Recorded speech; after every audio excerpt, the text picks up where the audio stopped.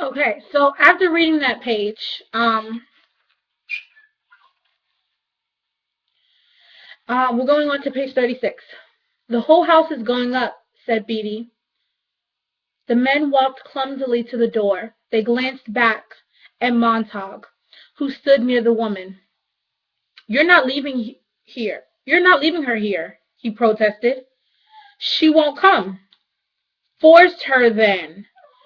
Beatty raised his hand in which was concealed the igniter.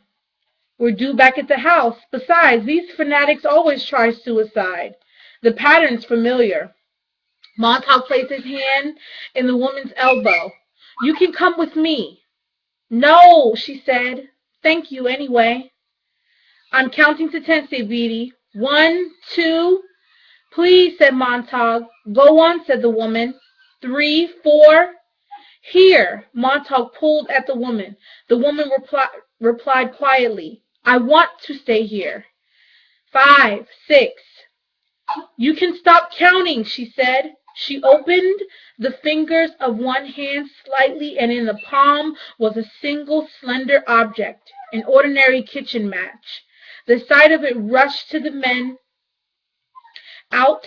The sight of it rushed the men out and down away from the house. Captain Beatty, keeping his dignity, backed slowly through the front door, his pink face burnt and shiny from 1,000 fires and night excitements. God, thought Montague, how true. Always at night these alarms come, never by day.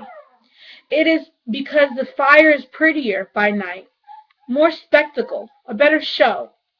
The pink face of Beatty now showed the faintest panic in the door. The woman's hand had twitched on the single matchstick. The fumes of kerosene boomed up about her.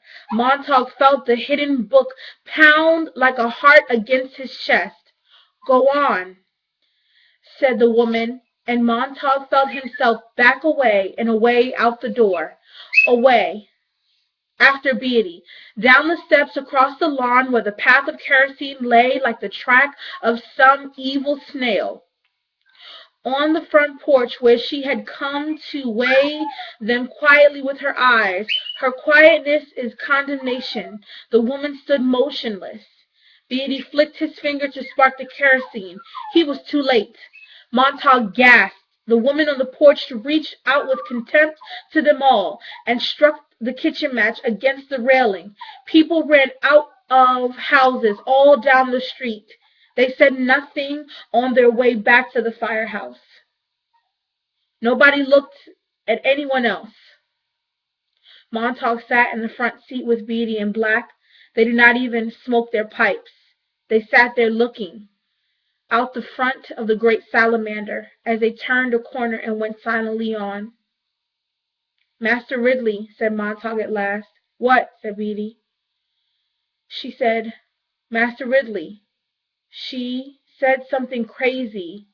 She said some crazy thing when we came in the door. Play the man, she said, Master Ridley. Something, something, something.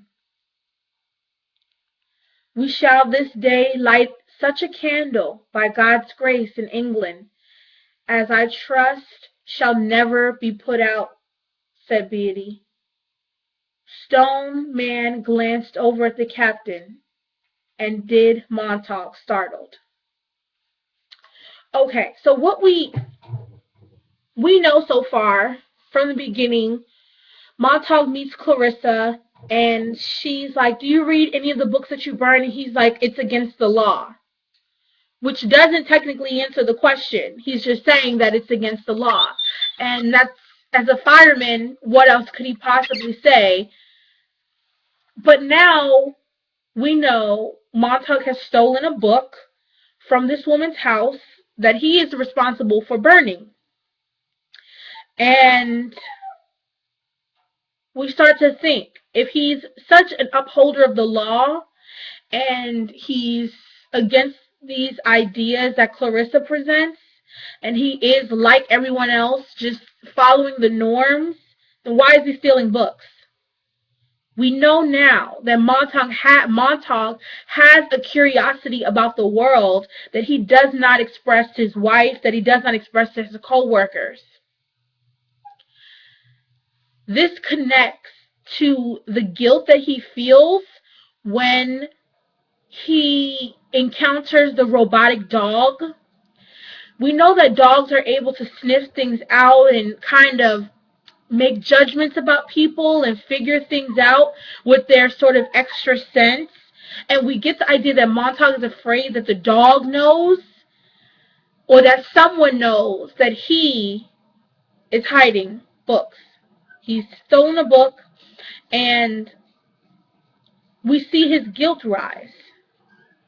We see him really thinking about the value of these books. Someone wrote them. And all these things that they're saying, the captain and everyone else, that these people never lived, these books don't agree with one another, all these justifications for not reading and not owning books, Montauk is beginning to question all that. Imagine seeing the devotion of this woman who is willing to die, is willing to burn her own house down. She says, you'll never have my books. I'll die with them. If someone's going to take my books, if someone's going to burn my house down, it's going to be me. I'm not going to let someone else come in. These things are valuable. So you see Montauk trying to figure out, why is this so valuable to her? Why is she willing to die with her books? What value is there in knowledge and reading? What is inside of these books that is worth dying for?